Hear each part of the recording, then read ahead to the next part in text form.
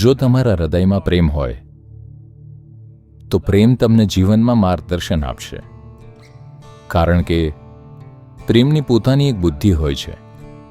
હું જ્યારે એમ કહું છું Love has its own intelligence.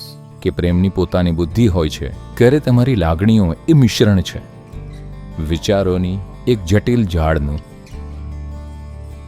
જો તમે બૌદ્ધિક રીતે વાડ ચીરતા જશો, કયા રસ્તે જવું કયા રસ્તે ન જવું, અંતહીન ચર્ચાઓ થશે. તમે વિચારતા અને દલીલો કરતા હોઈ શકો છો અંતિમ વિધિમાં, તમારી પોતાની અંતિમ વિધિમાં. વિચારની પ્રકૃતિ જેવી છે.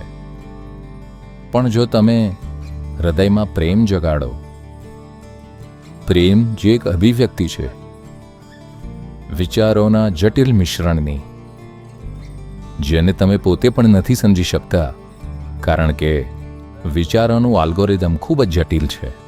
પણ લાગણી એ મીઠો રસ છે જે એમાંથી નીકળે છે.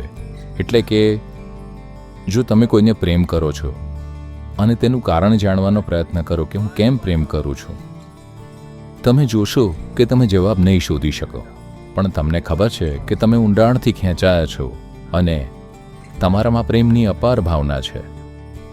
કારણ કે વિચાર પ્રક્રિયામાં જે છે તે ખૂબ જટિલ ગૂંચવાડો છે. લાગણીનું એવું છે, જ્યારે તમે તેને નીચોવો છો ત્યારે મીઠો રસ મળે છે. ચોક્કસથી એ તમને માર્ગદર્શન આપશે.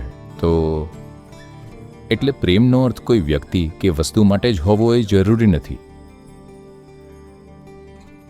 જો તમે તમારી અંદર લાગણીની ઊંડી મીઠાશને જાળવી રાખો, તે તમને કાયમ માર્ગદર્શન આપશે.